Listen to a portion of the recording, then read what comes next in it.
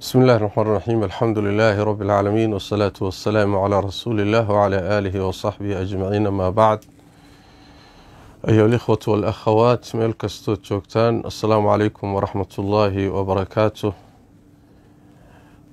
إلهي ومهدسك الله تبارك وتعالى، والحمد لله على كل حال.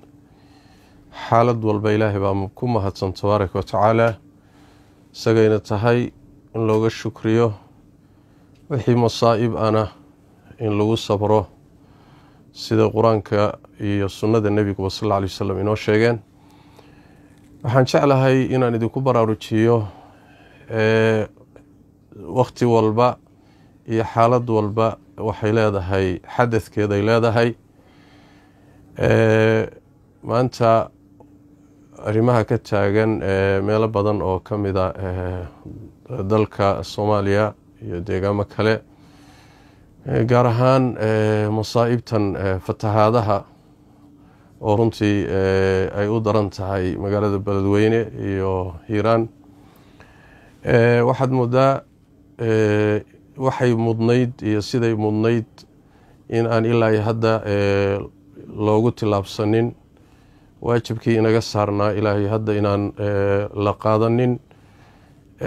Allah tabaaraka wa tacaala quraanka kariimka wuxuu inoogu sheegay mu'miniintu inay walaalo yihiin.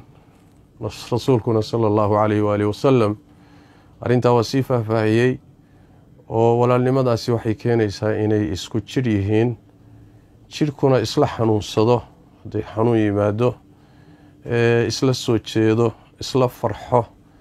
mu'miniintuna sidaas oo kale Allah tabaaraka wa tacaala walaalnimadooda markuu sheegay nabiguna ku fasiray sallallahu alayhi wa alihi wasallam.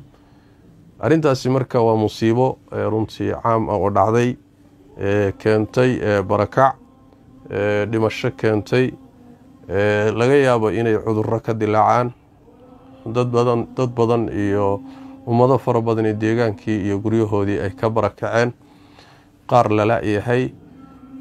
sidaas oo kale markay fatahaaduhu u dhacaan xataa waxaa ka dambeyn kara halis cudur iyo khataro badan baa ka dambeyn kara. arintaasi waa waajib sharci ah inaynu runtii loo gurmado sidii horeyba aan u sameyn jirnay. ummadda Soomaaliyeed runtii abaaraha iyo fatahaadaha iyo masaa'ibta caamka ah waxaynu leenahay mowqif mid ah oo aynu ku ammaananahay, diinteenuna amartay oo asal u tahay, damiirka iyo walaalnimada inaga dhaxaysana runtii ay keenayso. mas-uuliyadda marka in la qaato oo sidii loogu gurman jiray masaa'ibtii dalka ka dhici jirtay, fatahaadihii hadday tahay, abaarihii dalka soo maray, dhibaatooyinkii, qaraxyadii, musiibadan guud markay timaado inaynaan ka sugin caalam dibadda inuu yimaado, hay-ado dibadda inay soo gurmadaan. innaga marka hore wixii aan kari karno inaynu dadka walaalaheena la gaadhno, inagu isu danqanno. sidaasaana caadi inoo ahaan jirtay, waana ku ammaananahay ummadda Soomaaliyeed meel kastoy joogto.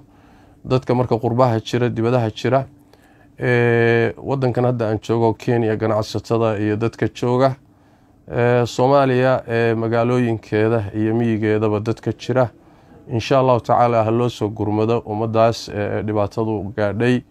walaalaheena insha allahu tacaala loo soo gurmado sidii laynagu yaqaanay iyo si ka fiican insha allahu tacaala ha loo soo gurmado. hana loo tacaawuno, ha laysu kaashado insha allah in la badbaadiyo ummadda wixii la badbaadin karo.